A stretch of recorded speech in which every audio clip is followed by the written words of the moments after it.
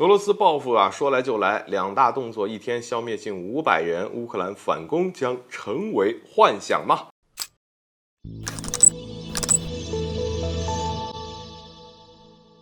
大家好，欢迎来到赵太阳观察室。俄罗斯情报部门爆料，在乌作战的西方雇佣兵近距离地枪杀了俄罗斯战俘，引起了各国的高度关注。因为根据各国签署的日内瓦公约啊，应当对战俘进行人道主义保护。当然，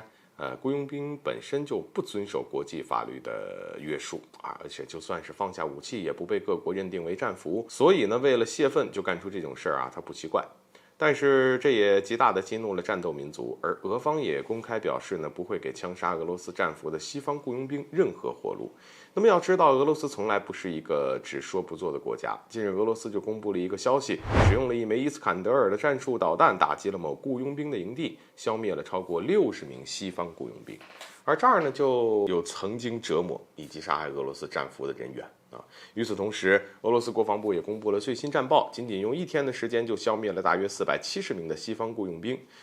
虽然这些西方的雇佣兵未必都杀害过俄罗斯战俘，但是这个杀鸡儆猴的动作啊，相信极大的可以震慑到所有的雇佣兵，也让他们下次再想杀害俄罗斯战俘时候就会仔细考虑后果。而俄罗斯更是展示了报复说到就到的决心。而就算杀伤了大量的西方雇佣兵，俄罗斯也并没有停止打击的力度，还动用了大量的海基远程的高精度制导武器，对乌军预备队的部署点实施了集中打击。而根据反馈回来的情况，所有的既定目标都被摧毁，给乌军预备队造成了巨大的损失。要知道，大量的乌军精锐损失在了巴赫穆特战役之上，而乌克兰征兵呢，现在也面临着巨大的问题，甚至出现了需要征召残疾人士。如今好不容易才聚集了不少新兵，而正准备按照计划发起全面反攻，但是却遭到了俄罗斯制导武器的重创。而乌克兰是否还能组织起足够的力量发起全面反击，恐怕现在已经成为了一个严重的问题。或许说得更全面、更直接一点，乌克兰想要全面反攻也是极为不现实的事儿。为什么会得出这种结论？首先是近期大量的西方国家开始停止对乌克兰进行军援，而前些时候乌克兰总统泽连斯基公开也向西方喊话，用几乎于哭腔的方式表达了乌克兰已经被西方抛弃，现在独自陷入对抗俄罗斯的地步。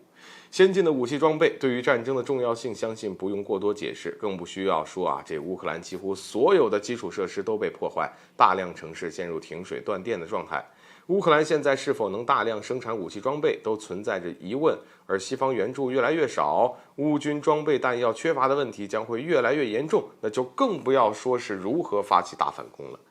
而另外，根据美方透露呢，援助给乌克兰武器装备正在流向黑市，甚至就连泽连斯基都有贪腐的嫌疑。美国一个情报部门的部长甚至公开批评乌克兰当局，更是有超过半数的美国民众拒绝美国再向乌克兰提供武器装备。要知道，现在唯一对乌克兰全力援助的就只剩美国，而乌克兰当局却让美国对他怒其不争。美方内部也出现了放弃乌克兰的声音，这样看起来，美方抛弃乌克兰将会是迟早发生的事儿，而乌克兰的全面反攻计划，最终它也只能成为幻想。